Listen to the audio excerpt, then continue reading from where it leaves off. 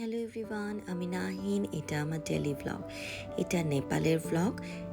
এই ভ্লগে আমি গিয়েছিলাম রান্না শিখতে, এবং তা হচ্ছে নেপালিজ রান্না। সেই রান্নাকে ঘিরেই আমার আজকের এই ভ্লগ। কি কি শিখেছিলাম সেখানে, এটাই দেখবেন এই রান্নার ভ্লগে। শিখেছিলাম নেপালি চকলেট মোমো তৈরি, তিব্বতিয়ান ডিশ থুকপা, নেপালি থালি, এসবই শিখেছিলাম। সকালবেলা ঘুম থেকে উঠে বের হয়ে গেলাম ব্রেকফাস্ট করে। আমরা যেহেতু থামেলেই আছি, প্রতিদিনই থামেলের বিভিন্ন দোকানে আমরা সকালে বা বিকালের দিকে যাই এবং কিছু কেনাকাটা করি বা খাওয়া দাওয়া করি। তো আমরা কেনাকাটা করতে বেরিয়েছিলাম, তারপর একটু ছবি তুলে নিলাম। আমার হাজব্যান্ড তার কোর্সে চলে গেল এবং আমি চলে গেলাম আমার রান্নার কোর্সে। এটা একদিনের রান্নার একটা কোর্স, নেপালি কুকিং স্কুল। এটা অনলাইনে সার্চ করে আমি পেয়েছিলাম। তো ওদের সাথে আমি কয়েকদিন হোয়াটসঅ্যাপে কথা বলেছি। ওদের প্রতিদিনই ক্লাস থাকে, একটা থাকে 9টা থেকে, আরেকটা থাকে দুপুর 1টা থেকে। তো আমি স্বাভাবিকভাবেই একটার ক্লাসটা জয়েন করেছিলাম। এটা হচ্ছে পুরো ক্লাসের ভেতরটা কেমন সেটাই। এবং ওদের এখানে 3টা মেনু আছে। আপনি যে কোনো একটা মেনু সিলেক্ট করে করতে পারেন, অথবা যে কোনো 2টো বা 3টাকে আপনি মিসম্যাচ করে নিতে পারেন। এখানে মেনুতে যা যা আছে অলমোস্ট সবগুলো আইটেমই আমাদেরকে শিখিয়েছিল। এটা হচ্ছে মশলা, কি কি মশলা ওরা সব ধরনের রান্নায় ব্যবহার করে সেটা আমাদের ফার্স্টে ইন্ট্রোডিউস করিয়েছে। এরপর আমাদেরকে নিয়ে গেছে হচ্ছে ওদের বাজারে, যেখানে মশলার একটা দোকানে আমাদেরকে নিয়ে যাবে। এবং প্রচণ্ড গরম ছিল সেদিন, প্রায় 36-এর উপরে ছিল, 36 ডিগ্রির উপরে, অসম্ভব গরম ছিল। তো এটা হচ্ছে সেই মশলার দোকান। এখানে একজন ইনস্ট্রাক্টর আমাদেরকে নিয়ে এসেছে এবং প্রত্যেকটা মশলার সাথে পরিচয় করিয়ে দিচ্ছে। নেপালিজ রান্নার প্রত্যেকটা রান্নার আলাদা আলাদা মশলা আছে। যেমন সবজির জন্য ওরা মিক্সড একটা সবজির মশলা বিক্রি করে। নানা ধরনের মিট, যেমন বিফ, চিকেন, মোমো, এগুলোর জন্য ওরা এক ধরনের মশলা ব্যবহার করে। চায়ের জন্য এক ধরনের মশলা, ডালের জন্য এক ধরনের মশলা, এরকম অনেক মশলা আছে। It makes 7 to 8 bowls of momo. Okay?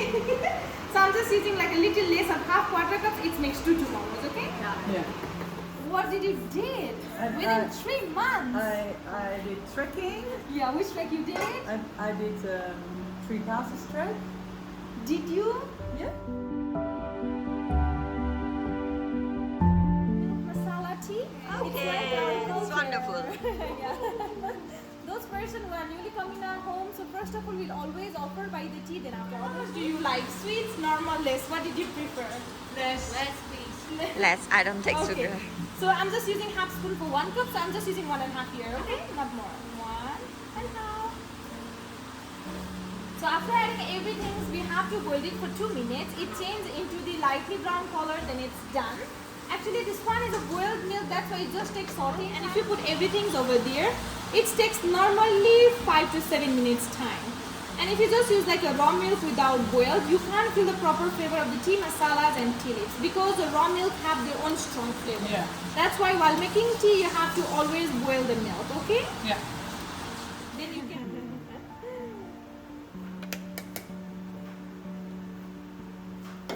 It smells like a salad. আমাদেরকে রান্না শুরুর আগে বিভিন্ন জিনিস দিয়েছে, আমরা কেটে নিয়েছি। আমাকে দিয়েছিল পেঁয়াজ, ওদেরকে দিয়েছিল ভেজিটেবল কাটতে। আমার সাথে একজন অস্ট্রেলিয়ান মহিলা ছিল, যার বয়স প্রায় 60-র কাছাকাছি। আরেকজন ছিলেন কোরিয়ান, তার বয়স আমার চেয়ে অবশ্যই কম হবে, সম্ভবত 30ও হয়নি। তো আমার জন্য এই রান্নাগুলো খুব একটা আনকমন ছিল না, কিন্তু ওরা যারা ছিল, যে কোরিয়ান এবং অস্ট্রেলিয়ান, ওরা অনেকেই আমাদের মতো রান্না খায় না, ওদের রান্নার প্যাটার্ন ডিফারেন্ট। তো ওদের জন্য অনেক ডিটেইল করে বলে বলে দিচ্ছিল হচ্ছে ইনস্ট্রাক্টর। প্রত্যেকটা রান্নাতেই ওরা তেল দেয়, অল্প পেঁয়াজ দেয়, সেটাকে একটু ব্রাউন করে নেয়, তার মধ্যে একটু মরিচ, একটু হলুদ, একটু আদা, একটু রসুন দেয়, সাথে হচ্ছে যেই মিক্সড মশলাটা ওদের বাজারে পাওয়া যায় সেই মশলাটা দেয়। যেমন ভেজিটেবল রান্না করলে ভেজিটেবল মশলাটা দিয়ে দিবে, মোমো করলে সেই মোমোর মশলাটা দিয়ে দিবে, চিকেন করলে চিকেনের মশলাটা দিয়ে দিবে অন্য সব মশলার সাথে। তো ওরা এইভাবে করে রান্না করে। তো রান্নাটা ডিফিকাল্ট না, বাট ওদের নেপালিজ রান্না অসম্ভব মজা। আমি 20 দিন ছিলাম, 20 দিনে আমি বেশিরভাগ সময় নেপালিজ থালি খেয়েছি। ওদের প্রত্যেকটা খাবার এত মজা, ওদের শাক যেটা রান্না করে সেটাও খুব মজা। ওরা আরেকটা জিনিস দেয়, সেটা হচ্ছে হিং এবং হচ্ছে সরিষা। এই দুটা জিনিস ওরা প্রত্যেকটা ডিশে দিবে, প্রত্যেকটা ডিশে। আরেকটা জিনিস ওরা আমাকে টেস্ট করিয়েছিল মশলা কেনার সময়, সেটা হচ্ছে ওদের গোলমরিচ। ওদের গোলমরিচটার মধ্যে এক ধরনের লেমন স্মেল করে এবং এটা একটু মুখে ট্যাঙ্গি একটা ফ্লেভার দেয়, খুবই ডিফারেন্ট, ঝাল না, আমাদের মানে গোলমরিচের মতো না। এবং এটা যে এত সুন্দর স্মেল দেয়, এবং আমি অনেক মশলা কিনে এনেছি নেপাল থেকে।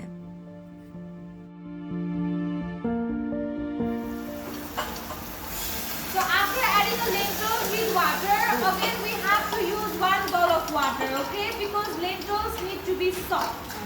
Pani with the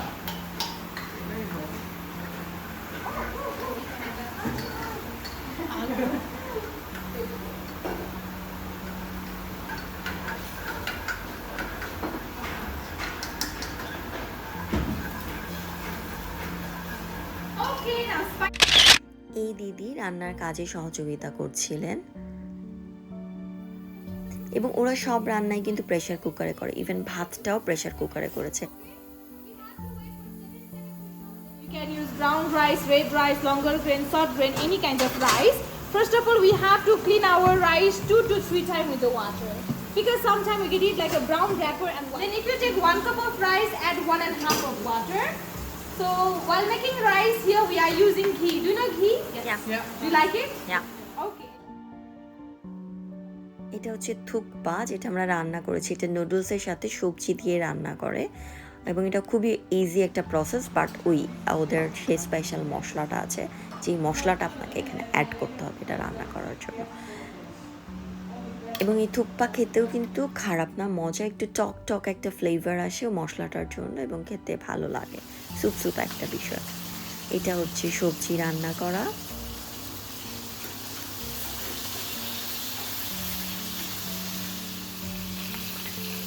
আমি আর অস্ট্রেলিয়ান মহিলাটা, যেহেতু আমরা আসলে ভেজিটেবল খাবো বা আমরা ভেজিটেরিয়ান বেসিক্যালি, সো এই কারণে আমাদেরকে আসলে ভেজিটেবল রান্না শেখাচ্ছিল। আর কোরিয়ান মেয়েটা, সে আসলে চিকেন রান্না শিখতে চাচ্ছিল। সো দুপাশে 2 ধরনের রান্না হচ্ছিল। চিকেনটা দেখে আমার মনে হচ্ছে চিকেনটা খেতে খুবই মজা হয়েছে। ওদের সেই চিকেনের জন্য কিন্তু আলাদা একটা মশলা রয়েছে, বিফ, চিকেন এবং মোমো। এই মশলাগুলো ওরা একটা মশলা দিয়ে করে। And then I'm using 1/4 spoon of fenugreek seeds. Now we have to wait until it's from the black in color.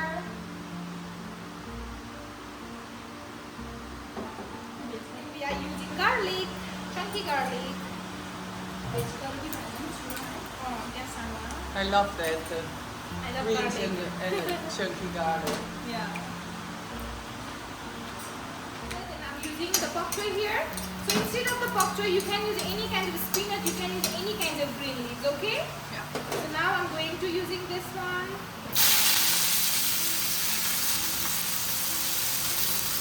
So while making green, we never use spices or salt.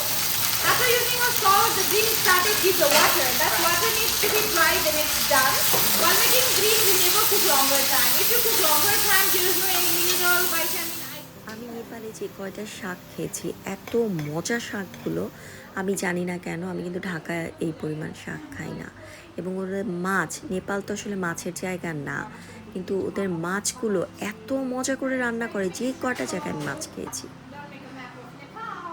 এরপর চলছে আমাদের চকলেট মোমো তৈরির preparation, আমাদেরকে শেখানো হচ্ছে। এবং chocolate momo তৈরি যে এত সহজ, খুবই সহজ একটা বিষয়।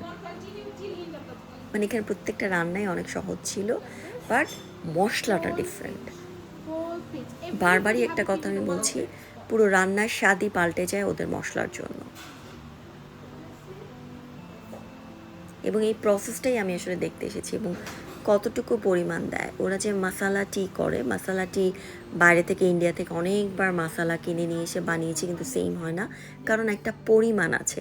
এই পরিমাণটা দেখিয়ে দেওয়ার ফলে অনেক বেশি সহজ হয়েছে। আমি নেপাল থেকে বেশ কিছু চা এনেছি, আদ্রাকালি চা, মাসালা টি, এবং প্রত্যেকটা এখন বাসায় বানালে খুব ভালো হয় বিকজ অফ পুরো প্রসেসটা, কোনটার পরে কোনটা দিচ্ছে এবং কিভাবে দিচ্ছে।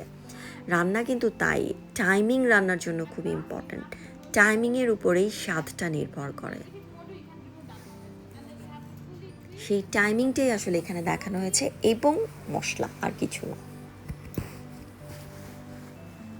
এবং আমার ছেলে এই চকলেট মোমোটা খুব পছন্দ করেছে। আমার পুরো ক্লাসের সময়টাই সে আমার সাথে ছিল, সে রিসেপশনে বসেছিল, একটা একটা করে রান্না শেষ হচ্ছিল, আমি তাকে ডেকে ডেকে টেস্ট করাচ্ছিলাম। সো চকলেট মোমো তার খুব পছন্দ হয়েছে, সে প্রতিদিনই বাসায় আমাকে বলছে। কিন্তু যেটা হয়েছে যে মোমোর যে হাঁড়িটা, মোমো যেখানে করা হয় যেই ডিশটাতে, ওটা আমি কিনতে যেয়েও কেন জানি কিনিনি, এবং ওইটা নেই বলে বাসায় বানাতে পারছি না। ওটা আমি আসলে খুঁজছি, পেয়ে গেলেই বানানো শুরু করব।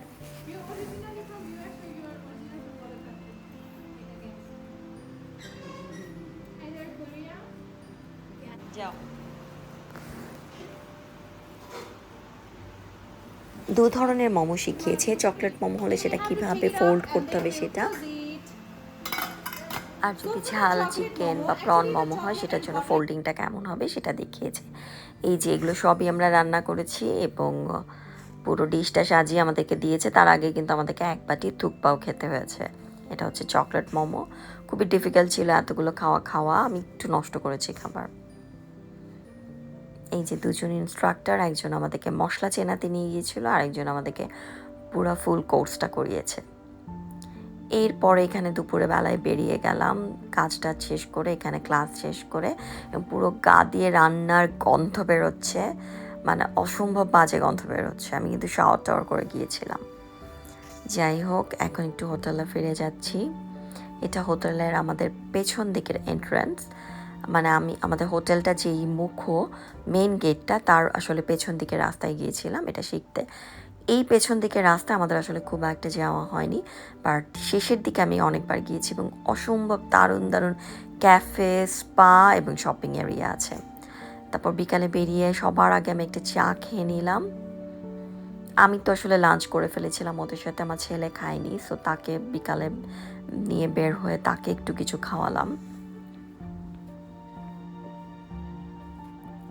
সে খেলে হচ্ছে স্যান্ডউইচ। আমাদের পুরো 20 দিনের ট্রিপে খুবই উল্টাপাল্টা ফুড হ্যাবিট ছিল, যদি আমরা বেসিক্যালি ভেজিটেবলই বেশি খেয়েছি, যাই খেয়েছি কিনা, এবং টাইমিংটা ঠিক ছিল না। মানে 11টায় খাচ্ছি রাত, আবার বিকাল 5টায় খাচ্ছি। এর মধ্যে অসংখ্যবার খেয়েছি হচ্ছে চিনি দেওয়া অনেক ধরনের ড্রিঙ্ক। সারাদিন 3-4টা ড্রিঙ্ক খেতাম, আইসক্রিম খেতাম। মানে আমি যে কত কেজি ওয়েট বাড়িয়ে এনেছি সেটা বলার অপেক্ষা রাখে না। বিকেলের দিকে ঘুরছি। এই যে বললাম যে আমরা যে জায়গায় রান্না শিখতে গিয়েছিলাম, ওইটার পেছন দিকের এরিয়াটা, ওইটা আমাদের হোটেলের। এখানে খুব সুন্দর সুন্দর ছোটো ছোটো ক্যাফে এবং খুব বুটিক টাইপের স্টোর আছে। ক্যাফেগুলোও বুটিক টাইপের ক্যাফে। নেপাল আমি ভীষণ এনজয় করেছি, আমার খুবই ভালো লেগেছে 20 দিন, এবং চোখের পলক ফেলতে মনে হয়েছে যে 20টা দিন পার হয়ে গেল। খুবই ইন্টারেস্টিং একটা সিটি, খুবই ক্রিয়েটিভ, এবং খুব অ্যাস্থেটিক্যালি খুবই সুন্দর সুন্দর ক্যাফে, জায়গা, অনেক কিছু আছে, অনেক কিছু, এবং ফুড অসম্ভব ভালো। এখানে প্রত্যেকটা পেস্ট্রি দুর্দান্ত মজা। এখানে ঢুকে আমি চিজ কেক খেয়েছি, মানে পৃথিবীতে অসাধারণ চিজ কেক বলে যদি কিছু থাকে তাহলে হচ্ছে এটা। ধর্মশালায় আমি যে দারুণ কেক খেয়েছিলাম, দারুণ ব্লুবেরি চিজ কেক খেয়েছি, আর এখানে এসে আমি পুরা চিজ কেক খেয়েছি এবং অন্য অনেক ধরনের কেক ট্রাই করেছি। এত ভালো কেকগুলো, মানে আমি ঢাকাতে এত ভালো কেক আসলে যেখানেই খাই না কেন পাই না।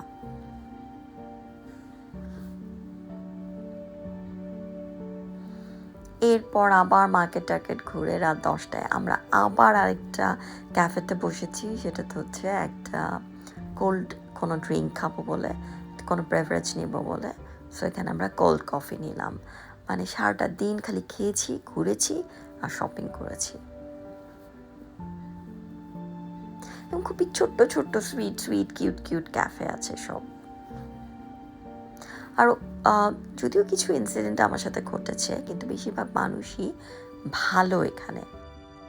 এখানকার মানুষজন অনেক আতিথেয়তা পরায়ণ। এটাও একটা আমাদের হোটেলের কাছেই খুব সুন্দর একটা ক্যাফে, যেটা অনেক রাত পর্যন্ত খোলা থাকে।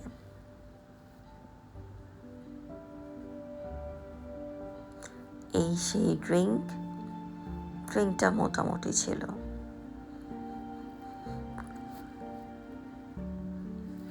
এরপরে রাতে, অনেক রাতে, প্রায় 10:30 11টার দিকে ফিরে যাচ্ছি আমি আমার ছেলে হোটেলে।